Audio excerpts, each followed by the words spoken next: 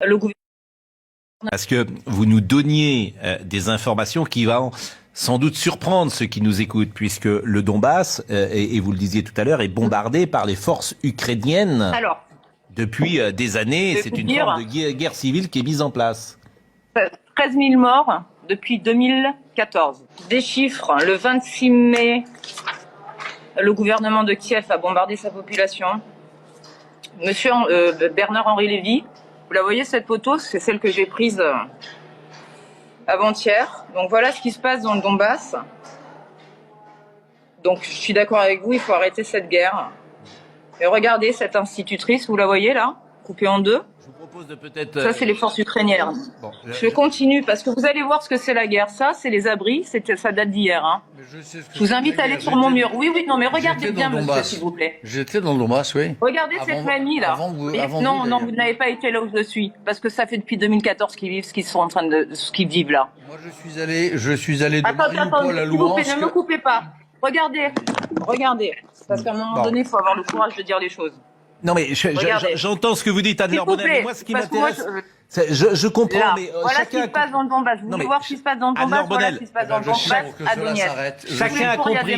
Je suis pour que cela s'arrête sans délai. Bon, ce qui m'intéresse, chacun a compris votre message. Je comprends qu'on n'a pas l'habitude de montrer la réalité de la guerre, mais la guerre, c'est pas une statistique. Anne-Laure Bonnel, c'est des morts, c'est vous avez raison. Je comprends votre émotion et vraiment, mais simplement, moi, je veux comprendre pourquoi Zelensky, puisque c'est Zelensky, bombarde-t-il depuis 2014 les Ukrainiens du Donbass?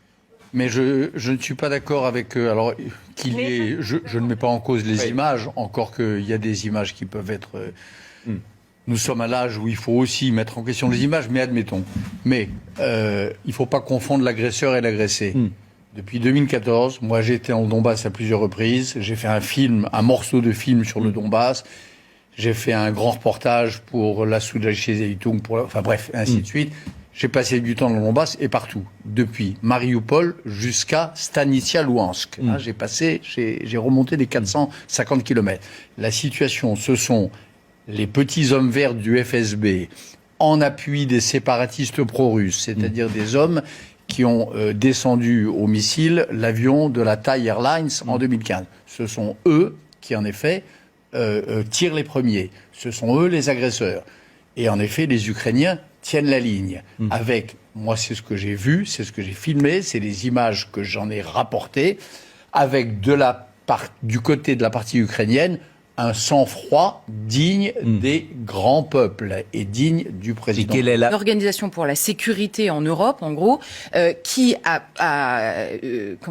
favorisé des accords à Minsk en 2014, où l'Ukraine et la Russie, pour faire simple encore une fois, s'accordaient sur un cessez-le-feu dans cette partie séparatiste, à savoir le Donbass. L'Ukraine n'a jamais respecté ce cessez-le-feu, n'a jamais respecté ces accords. Maintenant, si on va sur la question de l'OTAN, c'est évidemment pas les petites nations qui ont peur de l'ogre russe qui les a réduits en esclavage sous l'URSS, qui ont rejoint l'OTAN extrêmement légitimement, qui sont en accusation. C'est évidemment le jeu américain qu'on interroge. C'est-à-dire qu'il y a des organisations avec le président ukrainien.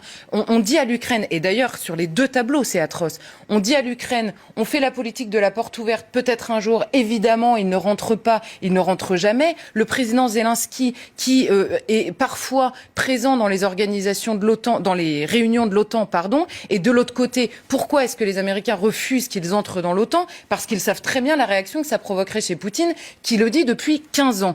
Donc, on ment à la fois à l'Ukraine, à la fois à la Russie, et on joue sur ces deux tableaux. On peut quand même interroger la responsabilité de Joe Biden, qui pendant 3 semaines, alors que les troupes russes s'amassaient à la frontière, n'a pas dit une seule fois l'Ukraine ne rentrera pas dans l'OTAN.